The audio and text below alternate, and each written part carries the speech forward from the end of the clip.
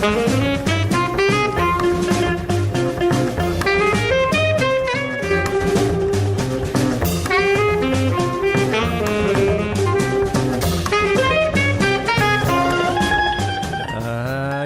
it's Siesta Ocho. This is James Moore. Welcome to Solar-Powered KRUU-FM and City Business with Michael Halley from the 4th Ward and also Jason Strong from Fairfield. I'm not sure what ward he's in. I know which ward I'm in. The Psych Ward. Just kidding. Lighten up, everybody.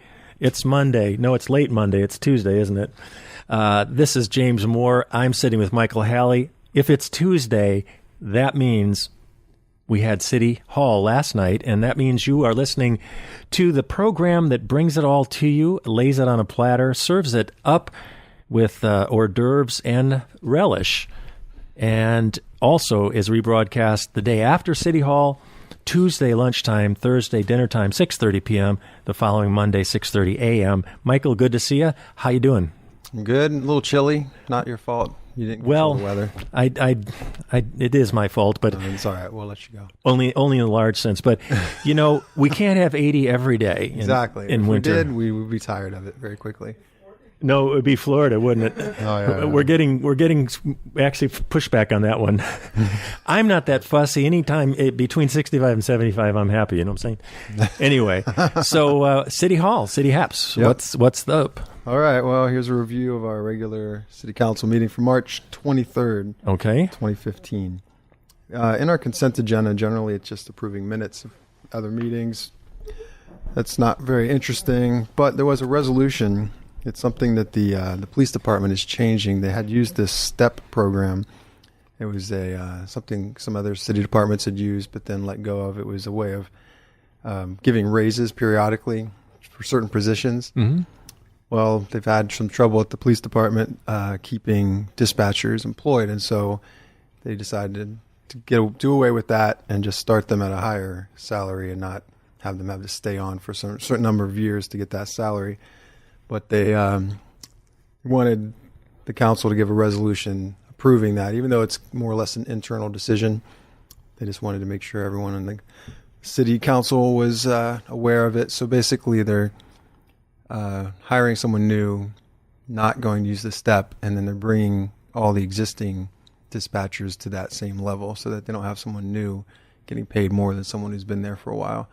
It's all within their budget, but it's aimed towards reducing. So basically, everybody's getting a raise when the new person is being hired at a certain level. It's another way of.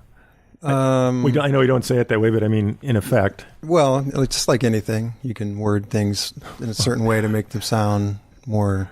I'm just sensationalist, but yeah, they are getting raised. No, I'm just trying to figure out what it is. I mean, it's so instead of following the STEP program, they're doing away with that because other city departments had tried it, found it to be unpopular, ultimately cost them more when they have to keep rehiring and retraining. Which is a big deal. You've had to retrain people here several times, and you know how much time that takes. Yeah. And so that's what they're trying to avoid. So again, they've got it within their budget to do this, but it's a change of the way that they've had to do it. And the STEP program, is that one that other cities use, or it's one that maybe I don't know. You don't even know. But within our city, I know that it had been used. It's called a STEP schedule. Okay. And is STEP an acronym, or is it a? It looks like it is, but I don't know what it stands for. But I think that the idea is it was supposed to incentivize people to stay. Yeah. Like, if you stay, you get a raise every 6 months, every year, or whatever. Well, many businesses have that sort of built in. Yeah, but it wasn't working. And so they're basically saying, well, for our dispatchers, we're not going to follow that schedule any longer. Cool. So how many dispatchers are there, do you know? Or is it 4 or 5, I think. Okay. I mean, you have to, they're there 24/7. And that means the folks sitting at answering the calls. Gotcha. Yeah. So it's both the calls that come in, if you call the police department on their local number, those calls, but also it's 911. So gotcha. They have to have someone there all the time. And so that was, again, a decision they'd made. They brought it to Ways and Means Committee and then brought it to full council. And just because it was a little different, I thought I'd highlight it. But I hope that it helps with the situation they've been having. I mean, they have the same problem with the officers, though. Mm-hmm. They're not getting paid what they can get other places, so they come and they get trained and then they leave. And even if they have to repay part of their training, which is in their contract, they'll do it anyway because it's a net gain for them to get paid more somewhere else. So just one of those situations that they're trying to work out. So there's that. We had 2 public forum appearances. First was a concerned citizen. Okay. This is interesting. So concerned citizen comes to talk about a development. Well, it's a very small development, but two duplexes that are going to be built in his neighborhood. And he had been, just like everyone else within 200-foot radius of the project, had been notified by a letter by the city to come to a Board of Adjustment meeting to speak on behalf of pro, con, whatever. He attended, along with many other neighbors. At that meeting, there were no objections, so the Board of Adjustment granted a variance for the parking to allow more parking, since it's instead of just a regular residence, it's a duplex, so there's a bit more potential need for vehicles. So they said, okay, we're going to allow it. Could be 4 vehicles or whatever, if it's or more. Could be more. And that was that. And so he was coming, this was maybe a few weeks ago, he was coming to the council to appeal. So he had prepared a statement, and he had kind of a diagram he'd drawn up. And he went through the whole thing, 5-10 minutes. Only after the fact did we verify, this is the part that I find interesting, is I just learned it, this is new to me, with our city attorney, that the Board of Adjustment is the final authority in making these changes in these variances in code. The city council is not the appeal board, so to speak. We don't have any authority to overturn the Board of Adjustment. If he had a problem, he has to go to district court. Okay, this is, and I love these kinds of things we get into, because this is the sinews of when people want to figure out what's up. There's a way, the shorthand, because most of us aren't involved in the sinews of administration of the city or whatever. We think, go to that person, those people, and this will get done. Here's my thing, just make it happen. I mean, we all want that, but you're now talking about, could we just break back who is the Board of Adjustment, and then, so thanks for bringing this, because this is important. I hope you're listening carefully, folks. I decided last night I needed to when I heard this, I said, all right, we got to make sure we get this one out there. Board of Adjustment, it's a group of local citizen volunteers appointed by the city council to serve as needed to review requests for variances. Essentially, they're exemptions from the zoning law, but done in a legal way. So if you live, say, in a residential neighborhood and you're interested in doing something outside of the scope of what the zoning laws allow in that neighborhood, you can go and request a variance. It's been done before. It was done by Tenco when they wanted to do their crisis home on Burlington. It's done all the time. And that board meets as needed. I believe there's a fee, a small fee that anybody wanting to come before the board would pay just to offset the city employees who are generally there. City administrator, maybe the zone code enforcement officer would be present. Someone from the city, some city employee is going to be there. So it would follow in most cases that if there's a city committee of some kind, or a board or a commission, that if a citizen had a problem with the decision that was made, they would then appeal to the city council. It would follow that since the city council appoints this board, that we would then have some sort of legal oversight. That's not the case. Our code, it's been this way for 70-some years, grants this board of volunteers the authority to make those decisions in an autonomous fashion. So they make a decision. If a citizen wants to appeal, they don't come back to the city council. They would then go to the district courts. So they go to the courthouse, and they'd be whoever the district court, the different judges, they kind of cycle through, would hear their and complaint. That's something people would go to that upstairs. Is it that right? The second story? Second or third floor of the courthouse. Yeah, and then you say this is what you want to do, or probably there's something you... and they try to schedule you in and all that. So That would be where that was be done. And that's, that was actually surprising to me because I always thought of the Board of Adjustment very similar to planning and zoning, which is another similar, it's appointed group of citizens. They do work on behalf of the city, but they are answerable in a sense to the council and so it's just a different animal. So if you get one of those notices in the mail about one of these issues and it's the Board of Adjustment, my recommendation is to set the time aside to make it to the meeting and speak your mind when the decision is made, because that's the time. Because this gentleman was there and actually was in favor of it. He said, "Oh, this will make my property values go up," and then later thought about it again and thought, "Well, I don't want all these cars parking next to my house, making noise, etc." So he had a change of heart, but the decision was made. So, but it would have been better if we could have told him, "Hey, this isn't even for us to consider," so he could have saved his time and instead of coming to the council. And that's part of the reason we're sharing this. But the recourse would be, so people change their mind. And then you're saying then it would be district court and going through that process, right? Yep.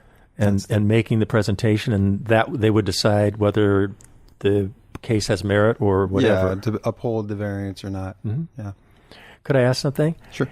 If the court then, depending on what it rules, if it says no, it's fine, or if they say yes, you're right, does it then come back again? Do you even know that process? Or my guess would be that whatever the court rules is final. Would be the final. Okay. Yeah. And by the way, we're not lawyers, ladies and gentlemen. Exactly. So we're just sharing the information. But no, it's good. It's just, my thing is it's always nice to, when you're shooting for a target, to know that your target is, if you do get a nice shot, boy, martial language, what's my problem? Can we use another one?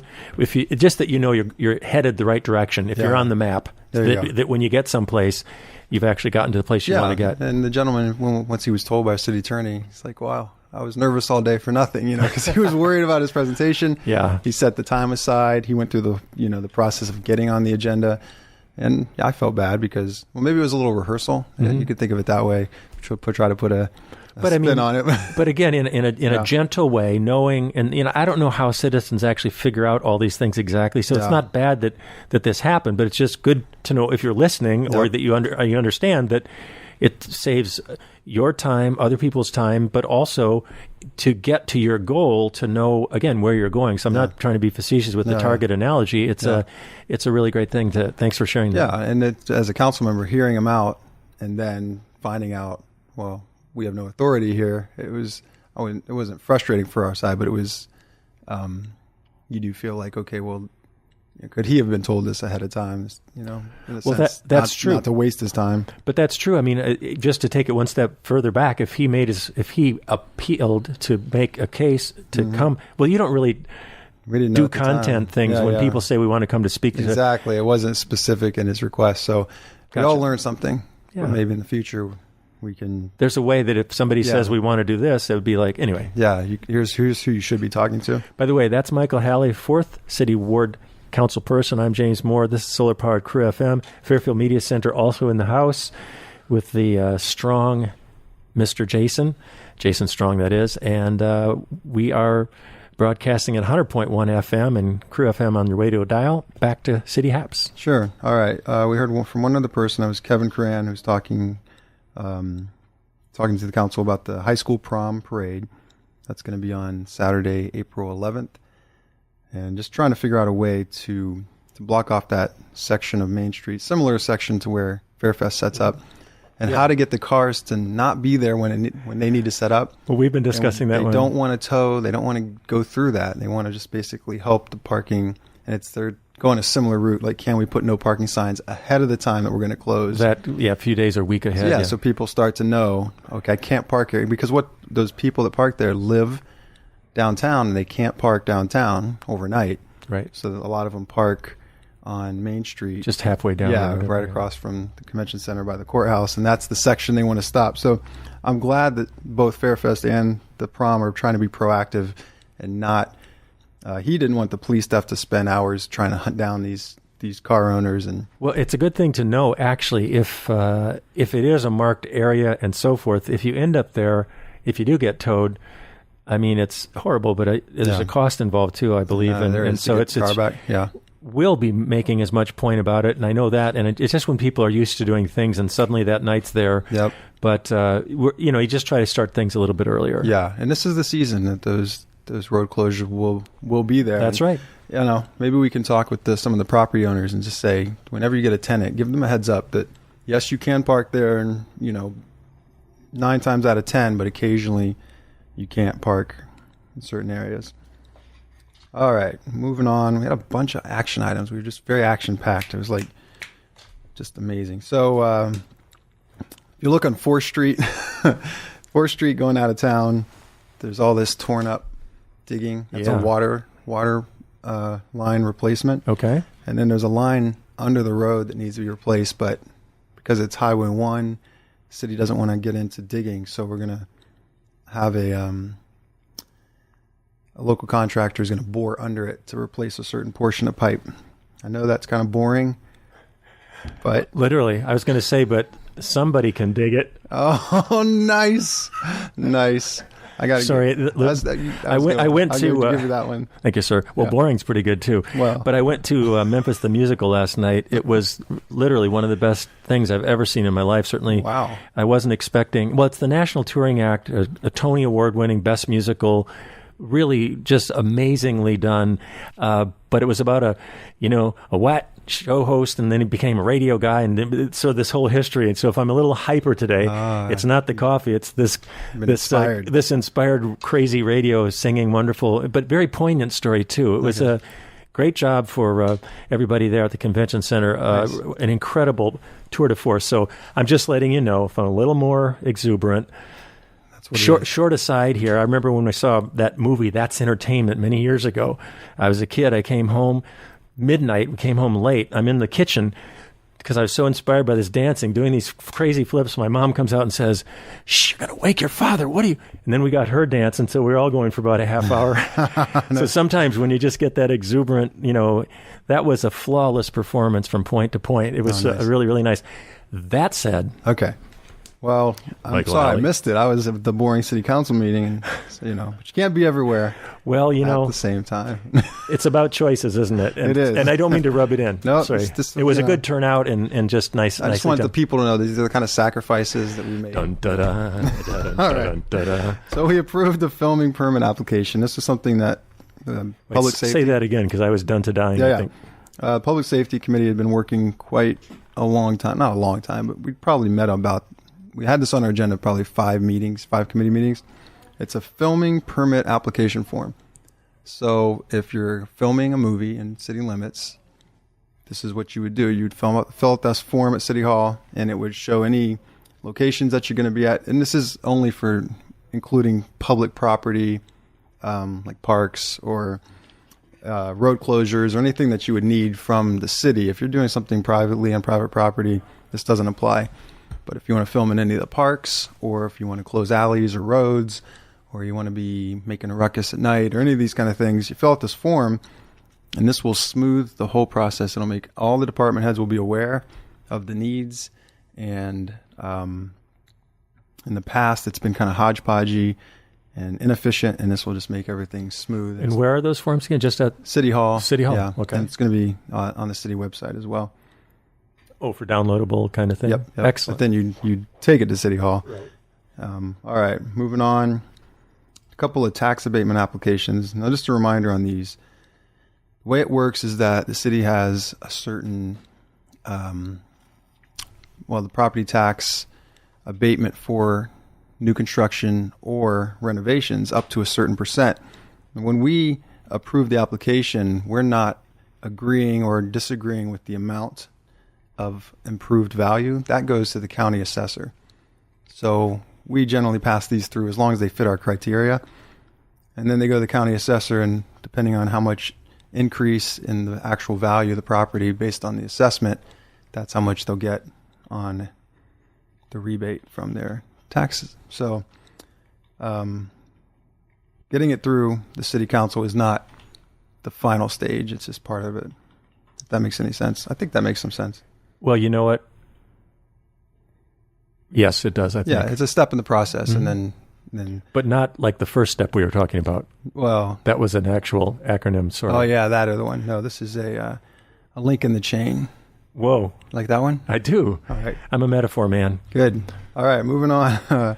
We had our second reading of the utility rate increase, which is for water. Not a super large increase, but it's part of this keeping ahead of all the water main. And that's your usual three council process. So the next time, the third and final reading will be at our April 13th, I think, council meeting. And before each reading is a public hearing. So anyone who wants to speak on that is welcome to come. We passed first reading of an ordinance for no parking in the right-of-way on South Highway 1. Apparently some semi-trucks have been parking near the new Casey's on the road, just off the road on that shoulder. Mm-hmm. And it's causing visibility issues when people are trying to see traffic. And so we're going to do no parking. The DOT actually requested this. Once again, Department of Transportation, the Iowa Department of Transportation, they have all jurisdiction on Highway 1 as it goes through town. So South 2nd and South Main and North 2nd are really their jurisdictions. So people don't like the traffic lights along Highway 1. I've heard people complain that they're weighted in a strange way, that if you're going south on 2nd and you get a green light, then you're going to wait again when you get to Burlington. And I say, you know what? City doesn't have any say on how those are done. That's the DOT, and they're trying to keep the Highway 1 traffic moving. And so that's their... It's on them. I was going to go to deep politics conspiracy, but I'm refraining. Good, I appreciate it. So anyway, the DOT... Well, just think, stop, light, say no more. Go ahead. Was it a wink as good as a nod to a blind bat? No, that was a bad eye, a crazy eye for our TV listeners. Anyway, we're doing pretty well, folks. We are. We're moving along. It almost feels like a weekend. Yeah, kind of. Not to people that are actually out there working. So I'll shut up. And what else we got on the docket? All right, we had some committee and board reports. Ways and Means met last week and discussed local option sales tax, possibly having a referendum in November. Currently, the allocation is 50% of the local option sales tax goes to street repair, 25% goes to sewer repair, and 25% is community betterment. And that 25% is actually split in half. It's about 12.5% going to pay off the loan that we took out to buy Convention Center building, which is about half paid off now. So we started that in 2010, and it's scheduled to be paid off 2020. So the idea is to change it to 50% streets, 50% community betterment, freeing up the funds that are now going towards the sewer. Local option sales tax is that 1% of extra added on to any sales within the city. And the idea is you use that to then... In a sense, you want to use that to encourage more sales. So you use it to add amenities to your community, to make your community more attractive, to hopefully bring people here to live, to work, to visit, and to grow that tax base. And it has been growing over the years. Started at 400-some thousand a year, and now it's averaging around 800,000. But we need to do a little bit more research. How will the sewer repairs and the rate increases for the sewer charge be affected by no longer having about $200,000 a year from local option sales tax if we decide to go that route? We need to answer some of these questions internally before we decide to take that to the public, but it's just something that people should be aware that's being considered. Also talked about how the city can potentially help with some of the upkeep of the convention center. We don't really have any funds available set aside for anything like that. We don't have a fund for that kind of thing, but looked at, is there any local option sales tax? Is there any hotel motel tax? It's all just talk at this point, and at this, there's no answers, but it's something that we got to consider. If you own a building, you don't want it to fall into disrepair, and so we'll be looking at that moving forward. By the way, speaking of that building, if you're listening live Tuesday, if you're listening Thursday, this will have passed, but if you're listening Tuesday, there's going to be the public press conference for Fairfest tomorrow morning. If you're listening live, that's Wednesday morning, March 25th, for the lineup announcement. There are going to be a lot of folks there, the mayor, chamber, FIDA, FCVB, FACC, the founders and the organizers for the festival. So kicking off another mighty, majestic third year and a lot of great things. So just a word to the wise. Everyone's invited to that conference at 10 a.m. Wednesday morning if you're interested in that. So Fairfest spearheading by KRUU and also KMC in a big way, and a lot of good folks. Atoma Radio, and going to be fun. So I just wanted to throw that in since it's somewhat connected. Sure. All right, real quick. Public Safety Transportation Committee, we already talked about those issues, but we are a group of us trying to work on making 4th Street railroad crossing smoother. It's just that's right. a matter of finding the funds, but it is in the process. Cool. Iowa Community Visioning, we have a grant for that process on April 18th. Specifically Saturday morning. Yeah. It's cool. just for the visioning portion. They don't actually fund the projects, but they help develop them so well that it's easier to find grant funding. So Saturday, April 18th, that morning, we'll be doing kind of an assessment of our transportation assets and barriers. More on that as it unfolds, but it's going to be kind of groups will go out around town, take pictures of either trails or streets or sidewalks or areas that they use, and then areas where they feel like there might be issues, where maybe there's a safety issue or no access to certain areas. I'm trying to hurry here. Pool update. We're still on schedule to open in June. It's looking like it won't be June 1st, but maybe more mid-June at this point. But hopefully maybe it'll tie in with Fairfest. Oh, yeah. Make a splash. Well, they're trying to get it open in time for when school gets out. School's getting out kind of late this year. Oh, really? For what reason? So many snow days. Oh, snow days, huh? All right, snow or ice or whatever. My last thing is the Fairfield Police Department put together 2014 stats. Okay. I'm going to highlight just a couple of areas. It's interesting. They started keeping these stats since 2010. I'll leave this with you if you want to look at it. Be great. Thank you. The good news is traffic accidents were way down. 163 compared to 232 and 252 the year prior and 249. So that's great. But total calls, they got a record number of calls for service. Now they get calls, but a call for service means someone actually responds to it. I see. So that was up. And the crimes that were up were mostly burglary and theft and car theft. They said in most cases the car theft was the keys were in the car and it was unlocked. So heads up, if you own a car, don't put your keys inside and keep it locked. It'll probably reduce your risk of having a vehicle stolen. All right. But you can look at that. We will look at that, and we'll pass it on to Melinda Arndt, Around Town Show. Jason Strong, thank you for dropping by FMC. Michael Halley, you are always informative, and we do appreciate you taking the time to do this as well. This is James Moore, and I appreciate myself just because somebody's got to. We'll be back in just a moment. Stay tuned. Got more great programming coming up. Speaking Freely. We're going to do a rebro with Walter Mondale. Dennis Ramundi talking with him, so stay tuned.